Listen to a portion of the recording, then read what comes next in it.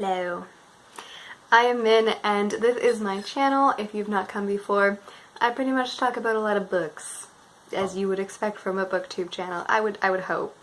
I feel like the surrounding atmosphere might show something.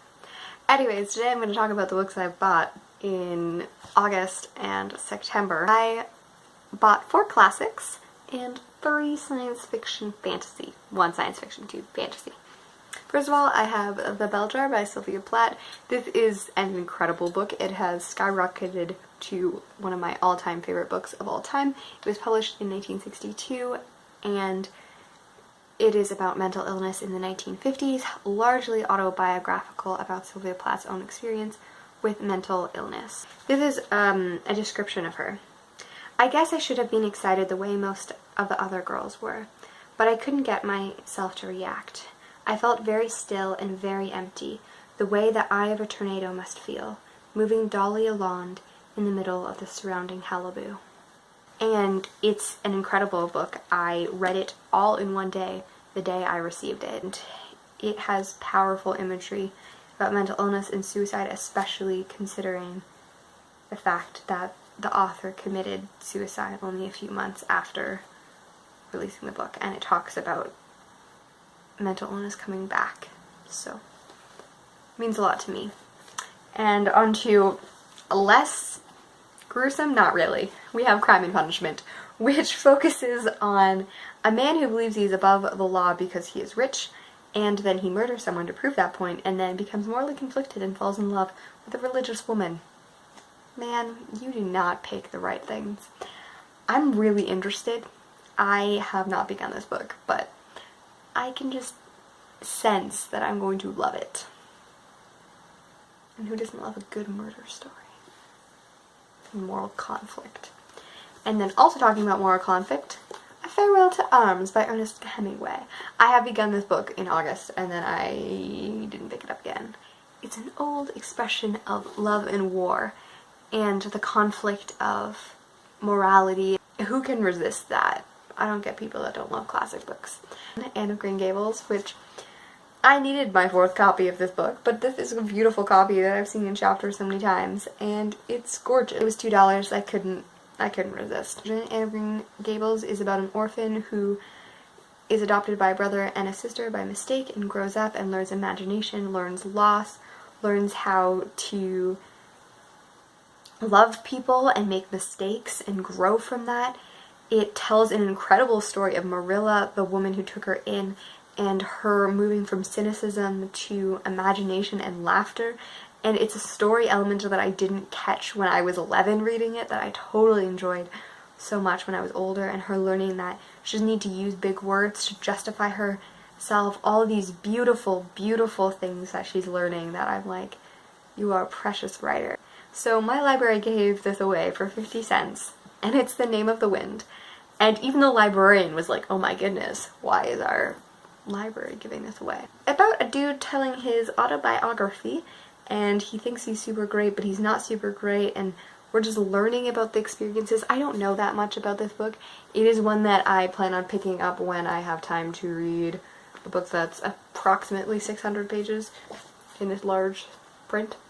And it is considered one of the best fantasy books, especially of the last long time.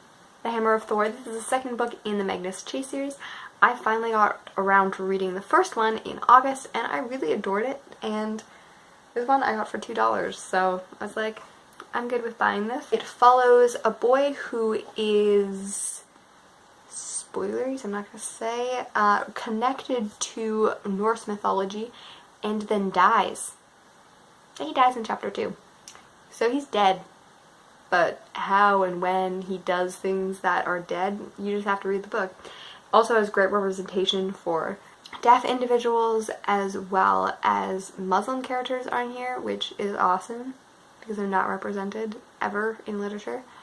And yeah, just cool things, lots of fun, middle grade, which isn't my primary thing, but as you can probably tell, Rick Riordan is an old love of literature in me. I'm going to pick this up sometime in the future, I'm sure. It will not rest on my shelves forever. Cress! This is to finish my series. I've had the rest of them because I had a Scarlet given to me and I bought a paperback of Cinder that just doesn't match the rest of my series, and Winter and Fairest I both bought when they first came out. So this one is the only one I didn't have because I borrowed it from my friend when it came out. So I was really excited to get this version. It has like water damage a little bit, but you can't even tell, and it was $3, so I was like, score. It follows a girl with really long hair and is a hacker who's being imprisoned because she is a shell and can see through the magical people of Luna. And it is the retelling of Rapunzel in the Luna Chronicles, which starts back here with Cinderella, and then Little Red Riding Hood, and then this, and then Snow White, and also the Evil Queen. Kind of everyone else's favorite, but not mine. It was my least favorite upon reading it for the first time. So I'm really interested to reread it and to find if there's things that I missed. I just feel like she's not the heroine that I'd seen in the previous two books. She's much more damsel needing saving versus, you know, kick butt, I'm gonna do awesome things, which I feel like took me off her, but I also feel like this is much more relatable to my actual life. I sadly am not a cyborg, crazy, beautiful warrior. No, not me. So I'm excited to reread it. I'm assuming sometime in the future. This will probably be the next 1 or 2 series that I decide to reread after I'm done rereading Percy Jackson. I'll probably reread Narnia and then the Lunar Chronicles. Thank you so much for joining me on this video. I'm so glad if you made it to this point in the video. You probably like me enough to subscribe.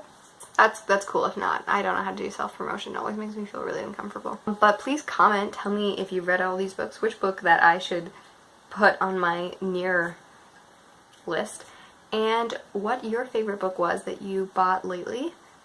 Did you like it? Is it horrible? I don't know. Anyways, have a great day and happy reading and writing. Bye.